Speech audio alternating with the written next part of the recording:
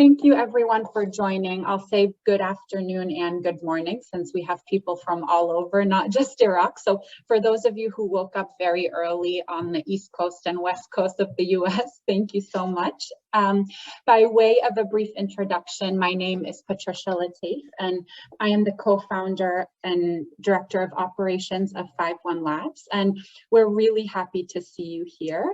This is our 12th speaker series through 51 Invest. And for those of you who haven't joined us before, 51 Invest is an initiative of 51 Labs that we launched in October of 2020. And our goal really is to increase access to capital for entrepreneurs and facilitate and create more efficient deal making and matchmaking. So really just spur the flow of capital and also increase knowledge in the Iraqi ecosystem. So we've been doing a lot of things over the past year and a bit.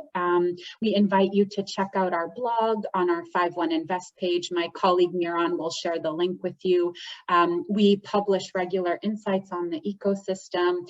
We also have just published our 2022 predictions. So if anyone would like to read those, comment, dispute anything, we love a conversation. So please take a look. We also have a monthly newsletter that we put out called Iraq's Investment Insider. So we welcome you all to subscribe to that if you'd like monthly insights on what's going on in Iraq. So with that, I'm really excited to kick off this conversation. It's been a very active month in Iraq, a very active year, even though it's only 26 days in. We've already had two rather large investments, which we'll dive into. We've seen Al-Saria's bridge round, which was more than $3 million, led by Euphrates Ventures Partners, and also Tip Top, this $5 million round led by So I think we'll dive into some of these dynamics. In terms of this panel, we're going to be talking about the state of investments in Iraq. And I'm really pleased to have two wonderful guests with me today. Laura Khudairi, who's the Executive Director of Iraq Tech Ventures, which is now part of the new Iraq Venture Partners Fund. And Rawaz, who's sitting in for Jeffrey today because Jeffrey had to step out for an appointment, an emergency appointment. But Rawaz, it's always a pleasure to have you. I think this is your third speaker series, so thank you very much for joining us. And for the audience that's joining us here, to ask questions either in the chat here or on Facebook, and we welcome questions in any language. It doesn't have to be in English. So with that, I think I'll kick off. Laura, would you like to introduce yourself and give a bit of background about your fund? Absolutely. My name is Laura Khudairi. Thank you for your intro, Patricia. I co-founded Iraq Tech Ventures with my husband, Mohammed Khudairi, who's a native of Baghdad and who's been working professionally in Iraq since the early 2000s in mainly traditional business sectors, and that's how we actually met.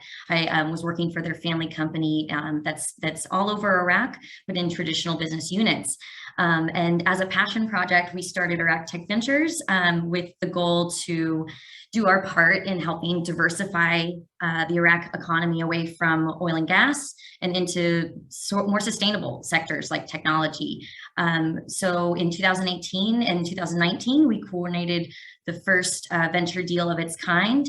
Luckily, we had Rawaz on our team, our investor team there, into Iraq's largest e-commerce company called Miswag. And since then, we've kept a small but a really high quality portfolio of Iraqi startups. We have a few regional investments that we've learned a lot from as well.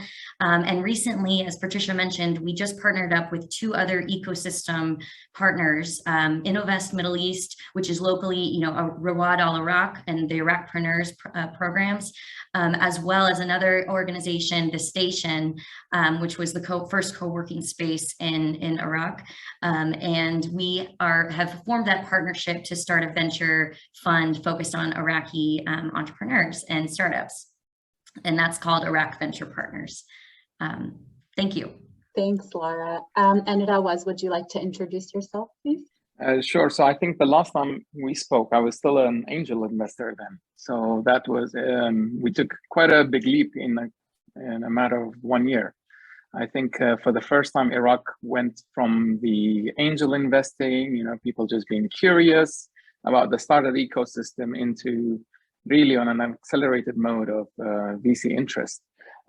So we started the Euphrates Ventures Fund in 2021 in July. The fund is a $20 million fund. We've already raised the amount, and we're actively looking for startups to investing in Iraq.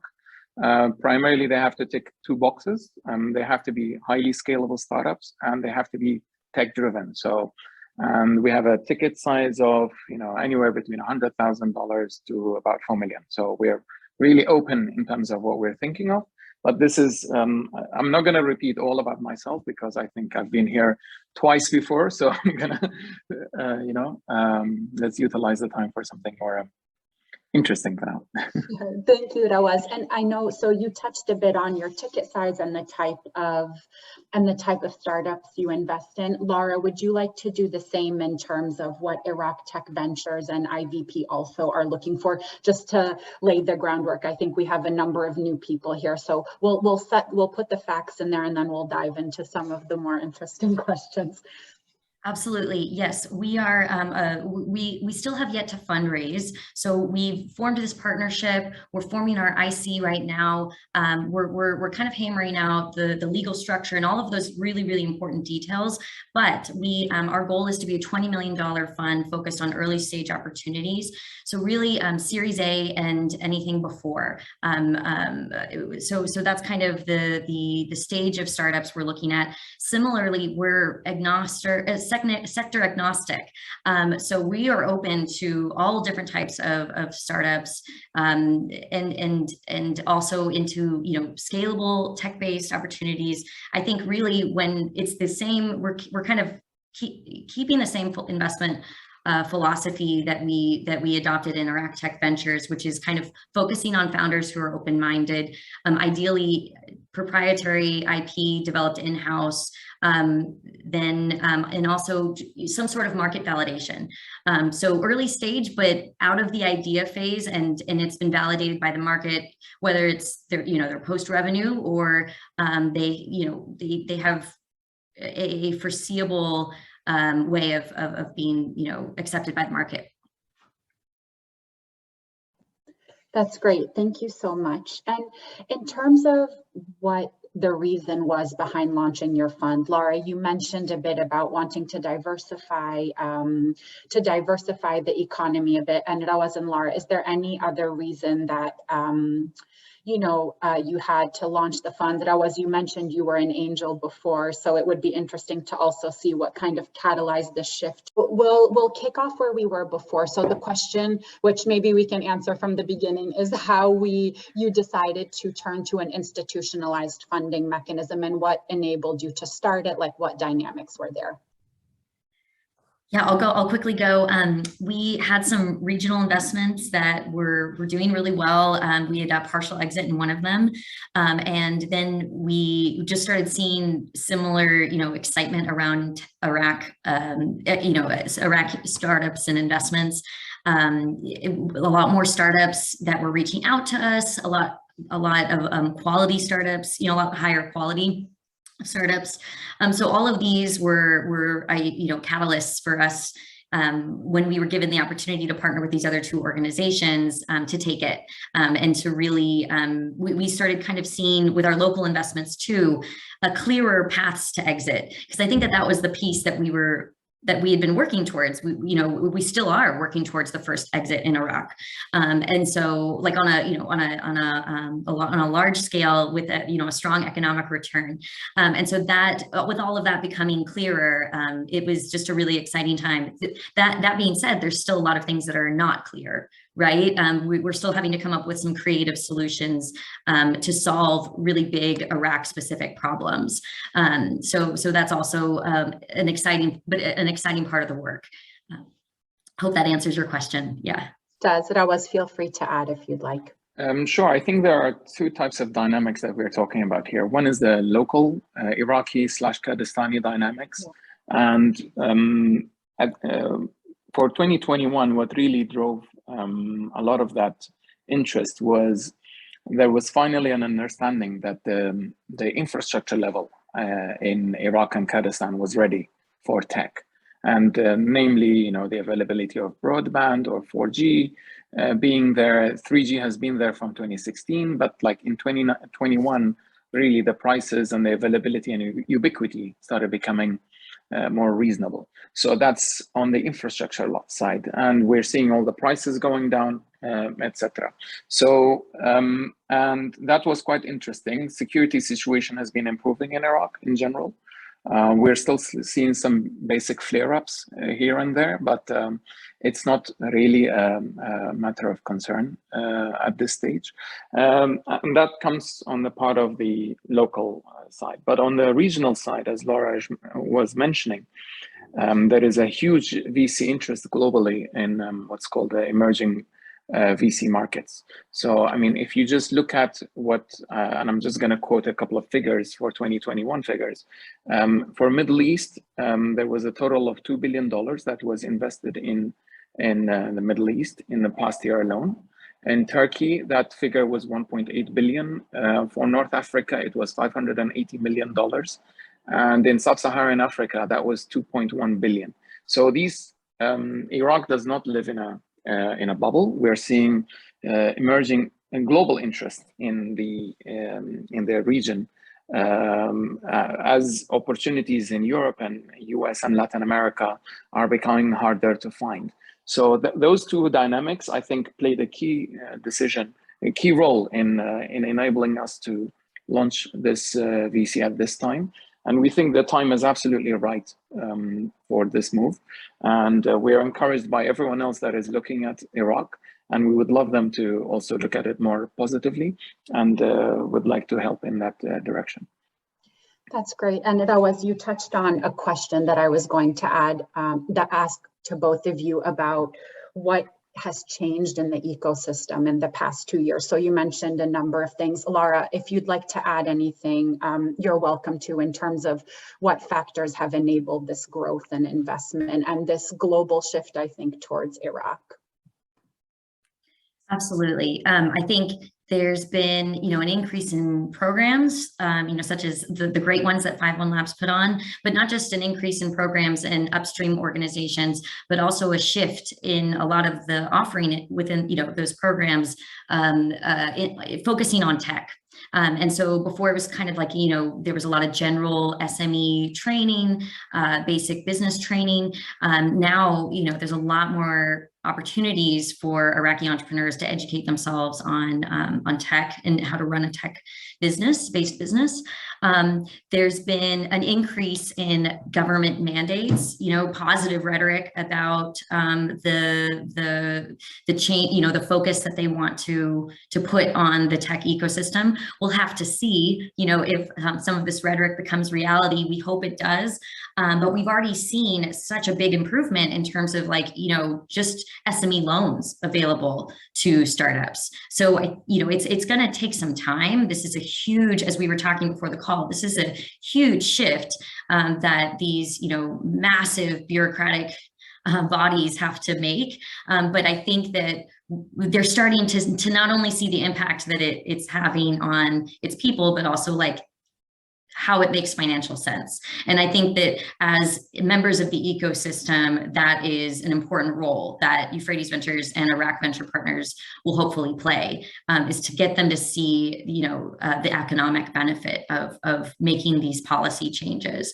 And so that's been exciting. There's also been a lot of regional interests, like we were talking about, but specifically on Iraq. So a lot of our friends and professional contacts in Dubai, for example, are a lot more interested than they ever have been in Iraq. And I think that's huge, right? Because Rawaz and our fund can fill up to a certain ticket size, but past a certain point, we need other players. We need the money of regional and international, institutions. So I think that is really important to have their excitement about the ecosystem that we've all been excited about for a while. So I hope that answers your question. Yeah, absolutely. And I think, Rawaz, please go ahead. Yeah, so just to elaborate on Laura's 2 points, I think the enablers in the ecosystem have been doing a great job, and that's really been pioneered by 51 Labs and the station and the Queen. So we have you to really thank for. I remember we were discussing in 2019 whether even 51 Invest should make sense. So we've moved very quickly from the ecosystem growing from just enabling. Now we're talking about actual investments happening.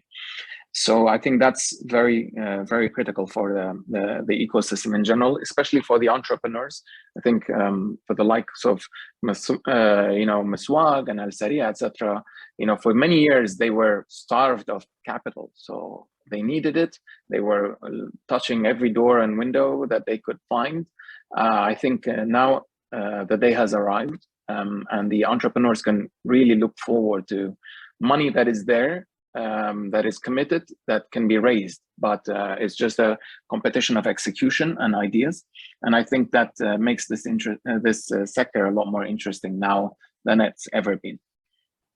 And I think, Laura and Rawaz, your funds are filling a big gap, because from what we've seen over the past few years and trying to advocate more regional investors to come to Iraq, I think they really wanted to see local investors invest first. So once one comes, the rest follows. So I think hopefully we'll see a kind of windfall of a participation from the region. And shifting gears a little bit, in terms of the trends of investment, we've seen a lot of the big investments in Iraq focused on e-commerce, I think over the past year and a half. So do you think that there are other sectors that are of interest, or that there's enough sector diversification in the ecosystem? I know, Rawaz, I think you have a few thoughts on some interesting ideas or things also that your fund may invest in. So your thoughts on that would be great. Yeah, so we've actually invested not only in e-commerce, but we've also invested in food delivery and dark stores now through Al Saria. And we've also invested in a platform for car sales, online car sales, and green solutions. So we are not just investing in e-commerce, but we're really looking at tech disruptors. What we need from founders and entrepreneurs are people that are not afraid to disrupt the status quo. I think Iraq has been stagnant for a long time in a lot of areas. I personally fundamentally believe that every sector that has not been disrupted by tech will be over the next 10 years. And this is what makes it very exciting. This is what's been seen in the region. This is what's been seen globally. And as Iraq opens up to the rest of the world gradually, we think that that's going to become a requirement of the market. And if Iraqis don't do it, foreigners will enter the market and will do it. So it's not just a question of whether it will happen or it will happen. It's just a question of who will do it, who will do that disruption in itself. Now, that being said, it's important to keep in mind and have a look at regional trends, because for entrepreneurs and startups, you're no longer going to be looking at, in the next 2 years, you're no longer going to be just looking at competing with the other app or project that is from Mosul or Basra. You will be looking at a guy that is in Cairo who's going to be looking at expanding into Iraq. You're going to be looking at a startup from Dubai that is going to be looking into Iraq. And when you're going to be fundraising, they will be asking you questions about their positions and their growth plans, and how would you be able to compete against those. So I think in general, we're regionally, we've seen quite a few emerging trends, if that's the right word to say, for 2021. And those areas are, I'm going to just highlight them quickly. Of course, these are not, they don't represent ideas that we will absolutely fund. They're just ideas that are out there that are interesting enough at this stage. So we don't want to commit to anything, but we're just seeing these trends happening in the region. So things that we would be interested to look at.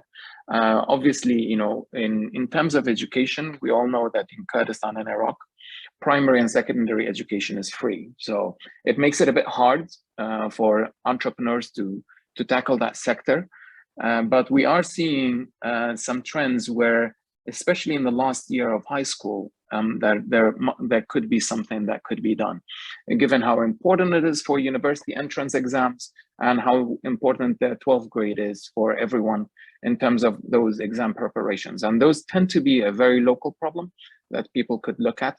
And we would be open to looking at these ideas. And post-university, we are, I mean, to be quite blunt and frank, the universities of Iraq today are not producing the students, are not producing the labor force that the market needs. So we think that there is going to be a lot of programs that need to be done, post-university studies for adjustment for students in terms of language, programming, UX, UI, entrepreneurship, digital content, and other soft skills that will be interesting for these, let's say, fresh university graduates to look into.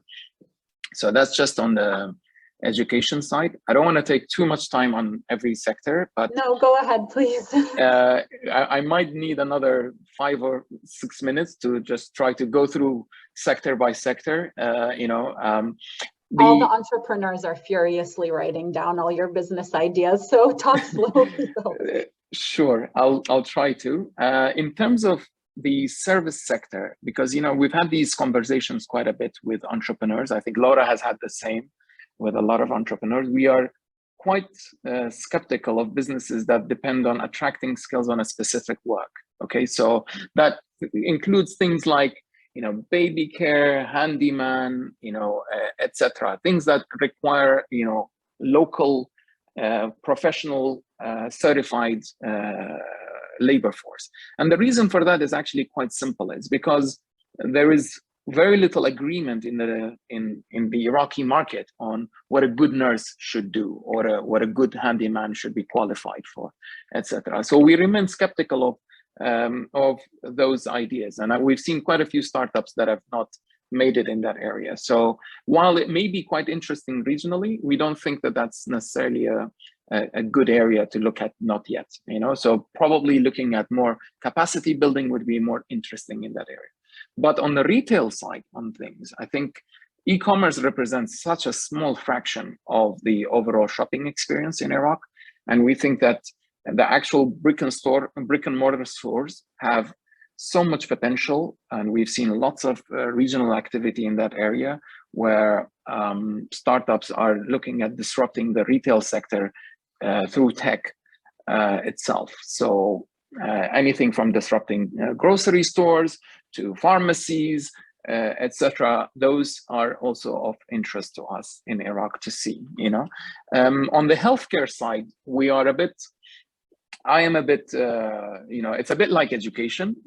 Theoretically it's free, but there are a large number of doctors who work in private practices and a couple of private hospitals, but nevertheless, doctors need to keep a public job to be able to attract referrals, and there is little or no health insurance as a result.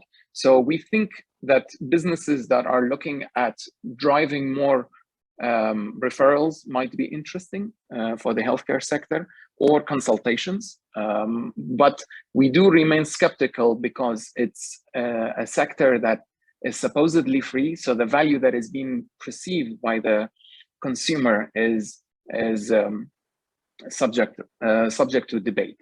There are two segments that we think are sort of like a gap. There is a segment of experienced doctors, and I think that those guys are not going to change their minds about how they do things, while there are a flood of fresh university medics and or slightly less experienced doctors that are more than willing to work as GPs, etc., that could be tapped into for that sector. So that also is very interesting. In terms of fintech, if I'm just going to go like sector by sector, we think there is a lot of interest. We're quite interested in fintech. There are like really two sectors on fintech when we talk about fintech. One is on I don't know, I'm going to use the financial jargon. So there is a credit side and a debit side. So like, so on one side, there is like salary disbursements of the government to government employees, etc.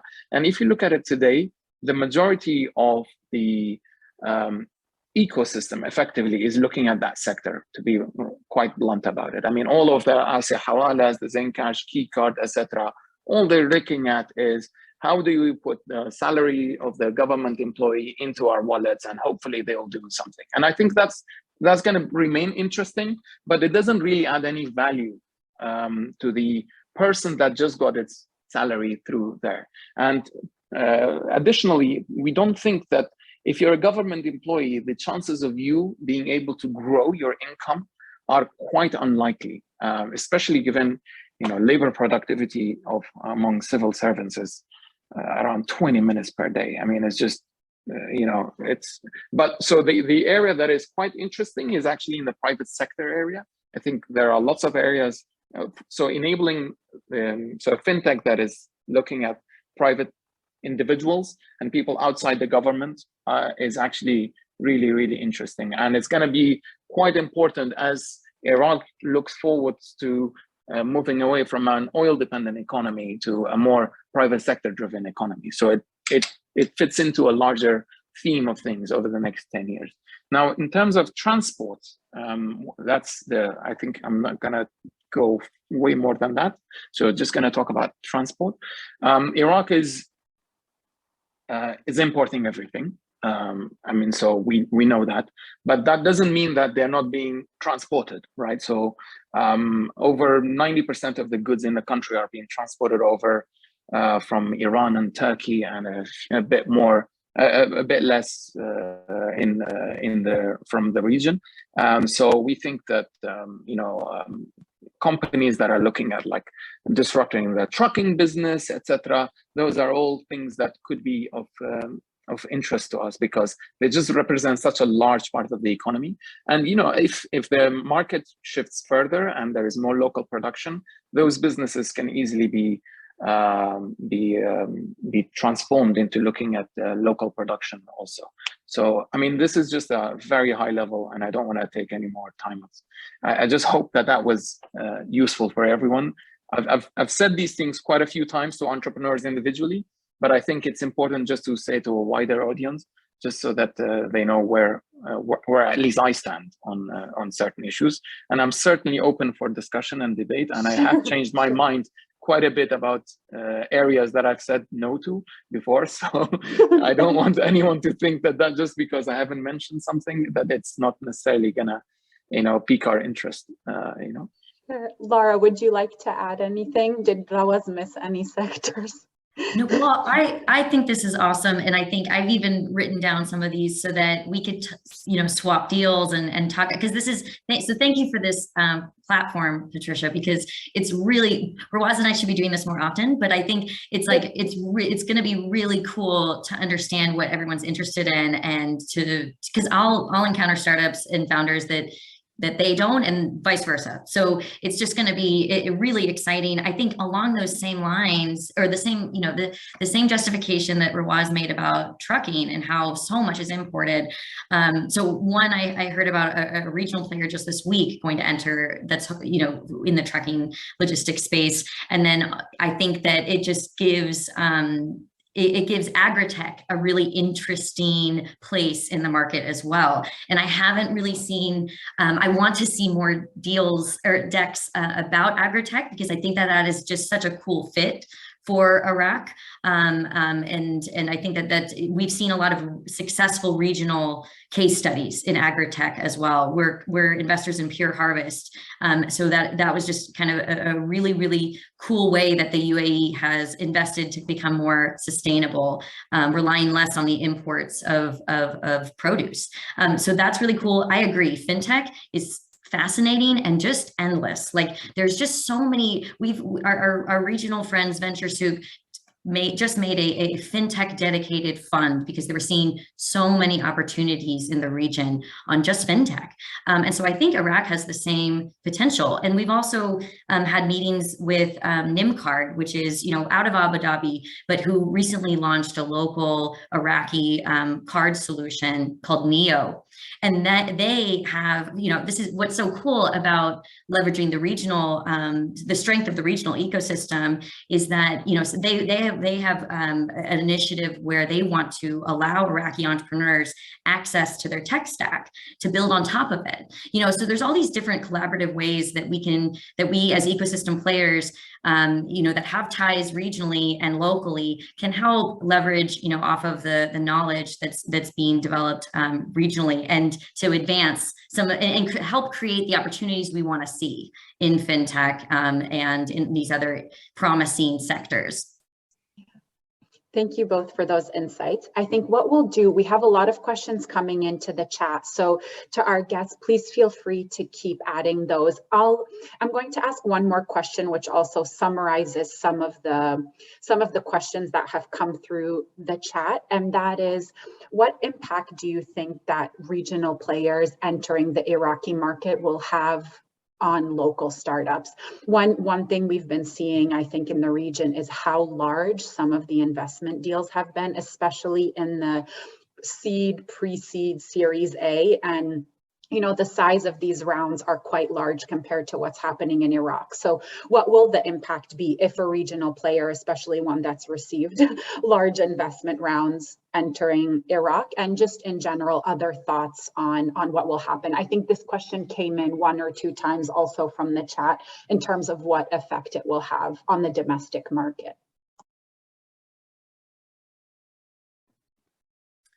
Laura, you want to go first? Oh yeah, sure. I mean, well, Rawaz we're in the same boat, actually, in the same investment in Al Sadia where this is happening. We've seen two regional players enter. One had been in the market for a while, but just increased their investment from regional VCs, and then we saw Talabat enter through Kurdistan. So this is a really exciting.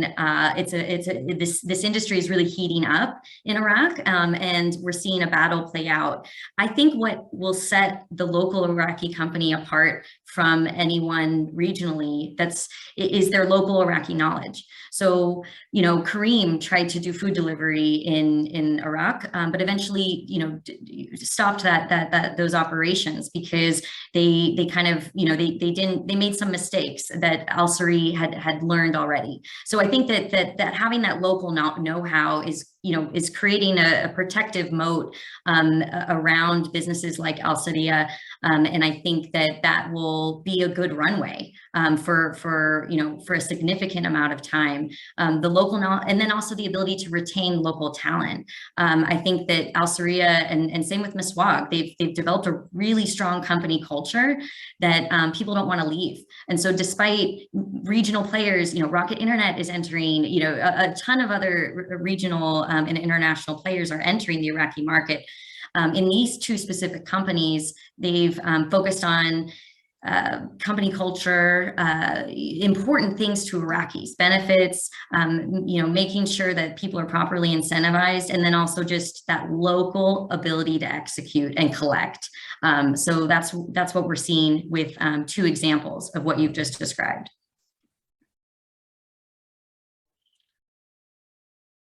So I have the same comments that Laura has got, because obviously we share notes quite a lot, and we are skeptical of just international players that claim that they can just expand into the Iraqi market. I mean, those of us who are veterans in the market know that there is no such thing as the Iraqi market. So we know that there are, like, every city, every governorate is different. You need a different approach for every governorate. The customer in Mosul is expecting totally different things from the one in Basra. And if you can't have access to local talent, that's going to be really, really hard.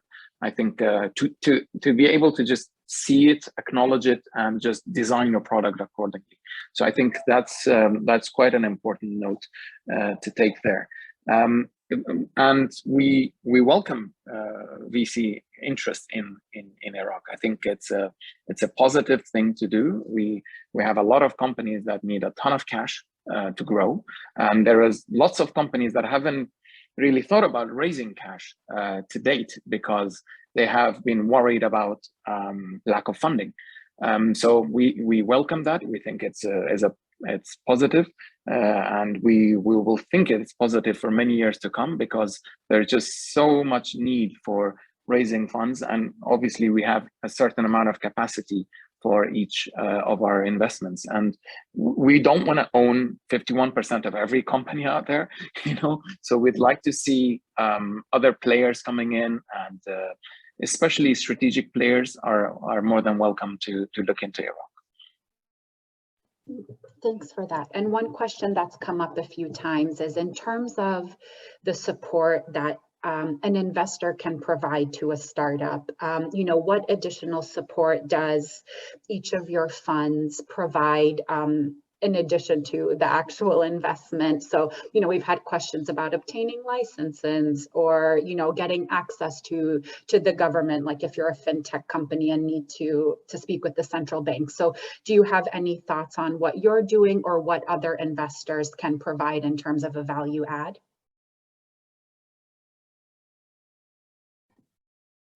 I can quickly go. We noticed that not only was there a gap in funding, but sometimes, many times, there was a gap in that startup being investable. So as you mentioned, licensing, all of the governance pieces that are really necessary for investors.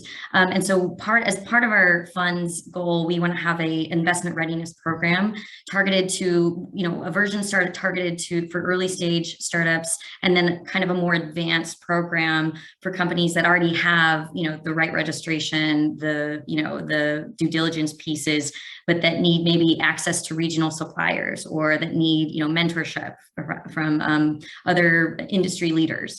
Also, in both programs, fundraising support is so important. And that's something that you could try to learn in a program, but you really don't get, experience. You don't get that knowledge until you try it yourself. And so I think that that's going to be a big part of our program, preparing them for further rounds of funding. For the early stage, it's I think registration, we're going to try to help as much as possible, with this program, getting them set up. We'll need to before any investment. It's a prerequisite. And we've kind of taken this model from some other VCs that have done similar things in other markets when those ecosystems were more nascent.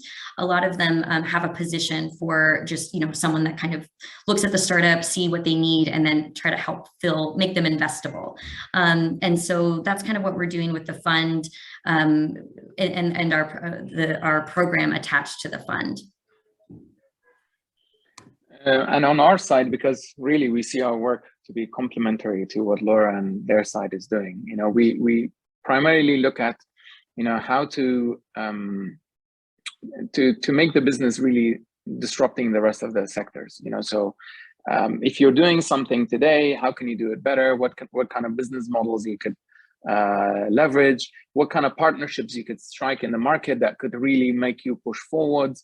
I think for us, that's quite important, because ultimately you don't need to reinvent the wheel in certain areas. So we provide a lot of guidance and support in that area. And ultimately it's for the founders and for the founders to decide what they exactly want to do. But we just tell them what is out there. And sometimes it can be difficult for a founder to know what's exactly out there while they're really busy building their own thing. So from our side, that's how I would describe it, and it could be, a simple, the word could be business model support, and just to be able to see the slightly bigger pie in the total addressable market. And that's, so that's what we do mostly.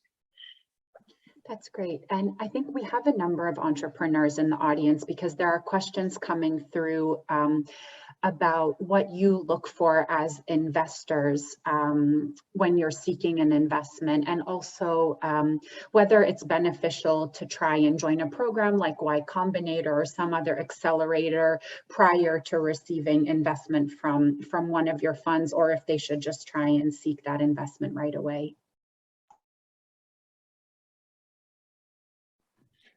So for us, you don't need to enter an accelerator program to ask for money. I mean, that's not a prerequisite, but it helps to have an understandable pitch. It helps with your position in terms of what your ask is. It helps you in terms of looking at how your business is being perceived by at least a bunch of like-minded people before you put it in front of investors. So we think it's not a requirement, but it's highly recommended that you prepare a good pitch deck. I have spoken to lots of entrepreneurs who are still at the idea stage. I mean, we're open to discussions. That's not but that doesn't necessarily mean that it will result in something serious unless if there is a solid pitch that an entrepreneur is willing to take. And just to add to that, I mean, I think Laura touched upon this also. In Iraq, I think it's quite, two things are quite, important to keep in mind. And one is that, ideas are cheap, for the lack of a better word to say, but execution is really hard. So I think entrepreneurs need to keep that in mind, that when they speak to us, we don't want to hear, stories. We want to hear people that have got real traction, that have got skin in the game, that really want to do it. And that's quite important for the founders. And the other thing is that they need to be able to retain a team that is going to help them grow this business. And for that, we are really looking at offering shares to others, bringing on good co-founders, making sure that the core team of the project is not going to abandon it, I think is quite important too. And we've been pushing for employee stock options from day one. And we would like more entrepreneurs to look at that as a way of retaining talent, because it's quite easy for an entrepreneur, especially if their tech team is going to abandon them, to really not be able to manage their startup quite quickly.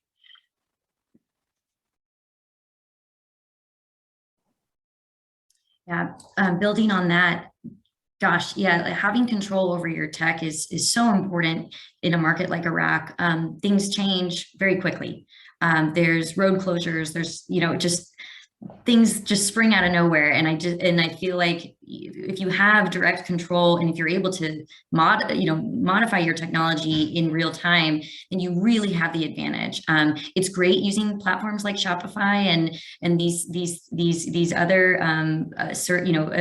platforms available, but I think when something really attractive, I'll use Miswagan as an example. He's really built his technology to scale, and so having that in mind right from the beginning, having someone on your team that is tech focused, that can do that and navigate the challenges that Iraq will bring quickly, will save you. It will be very fruitful for you. And then I think going back to talking about how difficult it is to execute, I think that a really impressive, even if you are not post revenue, coming to your pitch with your cash collection processes mapped out is so important. There's a lot of pitches that we receive that are dual-sided platforms, which is involves the customer meeting a service provider, and then you're the one aggregating these two parts of the market, or the two sides of the platform. And the cash collection process with that in an economy like Iraq is very difficult, because you need to have control ultimately over your cash collection. And so the more people you bring into that process is difficult. At the same time, we hope a fintech solution comes out and makes it easier for these types of businesses to work. But it's just something super important to keep in mind when you're pitching and when you're thinking about your business, because this is can have a huge impediment to your progress and your ability to show growth. Thank you both. And is there a way that startups can contact you, or how does your scouting process work? Just because some of these questions are coming in, so. So for us, we've got an email address, euth.com. Anyone can send their pitches there directly, and it will get to us. And that would be the quickest and the easiest way. We have a website that they can look at the kind of companies we've already invested in, what the partners are doing. You know, any articles that we do with you guys, we just put a link there just so that everyone gets it in an easier to understand platform. But I'll also be putting it in the chat. Yeah, I'll put our website and the ways that you can send us your pitch or any inquiries on the chat. That's great. And we're happy to circulate those as well. So we've taken a few entrepreneur focused questions. I would like to take a few questions from the chat that have come from people that I think are interested regionally. So there are a few questions about what the investment deal process is like in Iraq from a regional perspective. So for example, what is the investment value or the equity percentage deals for startups in Iraq? And what competitive advantages Iraq has relative to other markets in certain sectors, especially, Laura, there was a question about agri-tech. So I guess that's two questions. And Rawaz, you're welcome to also feel free to jump in. So I'm sorry, Patricia, I heard the agri-tech. There was a question about agri-tech, and then I think there are a few investors in the audience from the region Yes. who aren't familiar with the Iraqi context. So maybe a few high-level points about the equity stake and how the investment deal is laid out technically in Iraq, because I know that's a very complex question and we have a few minutes left. But well, I can speak to our experience. We have several deals that we've co-invested with, an American institution like Euphrates, Iraq Fund, and then more recently Euphrates Ventures. So we've had a mix of local angels and then also a foreign institution. And I'll just be frank that it's difficult at present to invest directly into Iraqi entities because they make it very, for foreigners, they make it very difficult and cumbersome to register as a shareholder. So what we've been looking to do is this is the case for one of our portfolio companies, but we're looking on creating more of a model for this, is create an SPV and ADGM for those deals, and to because it's a much easier, smoother process to add foreign shareholders, and also to just send payment to for your investments. So this is the model we're working on, and I think that it's already proven to be really successful for Al Sadia, and it's kind of because this law, the 51% ownership law, is the way it is. We are working, and it's what's interesting is like these protectionist laws are, sometimes it feels like Iraq's the only place where this has happened, but obviously this is a very common protectionist law, and so we're currently coming up with solutions to address this. And the ADGM SPD is a great one that we're using right now with our portfolio companies. And so I hope that answers your question in terms of the legal structure that you're investing in. With some other companies, we've invested directly into the Iraqi LLC, and then we're actually working on transitioning one of those to a joint stock company, which makes it so much easier for foreign shareholders to register. That's a joint stock company is an entity type in Iraq, and but that requires a lot more capital. So we're doing this now for a more advanced startup in our portfolio. It's not an option for earlier stage startups. Thanks. Rawaz, would you like to add anything there? I mean, avoiding the legal side of things, I think Laura just covered it. I think for a regional VC, what they need to keep in mind is, while Iraq has been through a lot in the past, I mean, at least since, I don't know, 1979, if we were to be totally honest, the economy is actually not small, okay? Today's economy, I mean, though it's highly dependent on oil, oil production is at record numbers. It's at 4 million barrels per day. And if you compare it to, other players in the region, it's actually not bad. And that is really fueling the rest of the economy. I mean, so let's be honest about it. And, oil is still representing 90% of the GDP of the country. But as we think that that's created a massive consumer market effectively on the other side. Now, we would like to see a more diversified economy, of course, but that still doesn't mean that there isn't real spending happening in the marketplace. So Iraqis are still buying fruit, they're still buying vegetables, and that money from that oil is somehow trickling down to the rest of the economy through salaries of government employees and other, I would sometimes describe it wasteful ways, but it is still going there somewhere. So that is the view that we take, that just because it's not extremely diversified, etc., one needs to keep that in mind, that the sheer volume of it is actually fairly large compared to the other economies in the region. And that has proven to be really the reason why Iraq has been able to sustain itself. So we saw ISIS, everyone thought that is, doomsday is here. We saw COVID, everyone thought again that there's going to be a doomsday, but really the oil production in the north and south kept the economy going. And the central bank balance sheet is still healthy as a result of that, even though there is a lot of pressure on the government accounts. So, we think that at least for another 10 years that's going to be the case. And we'll see after that. But that's our view on that, on the macro side of things. Yeah, that's great. We had so many more questions in the chat, so I apologize we haven't been able to get to them. I think we'll share your contact details, Laura and Rawaz, but it's been such a pleasure to have you. We had such an engaged audience, and I apologize again for the disruption. I hope it will not happen again, but we'll be back here next month with another really interesting discussion, and we'll share the details about that. So both, thank you so much. Always, you're so generous with your time. So we really appreciate it. Thank you very much, Patricia, for having us today. Oh, it's our pleasure. Thank you both. We'll see you soon. Thank you, everyone. Thank you so much, Patricia. Bye-bye.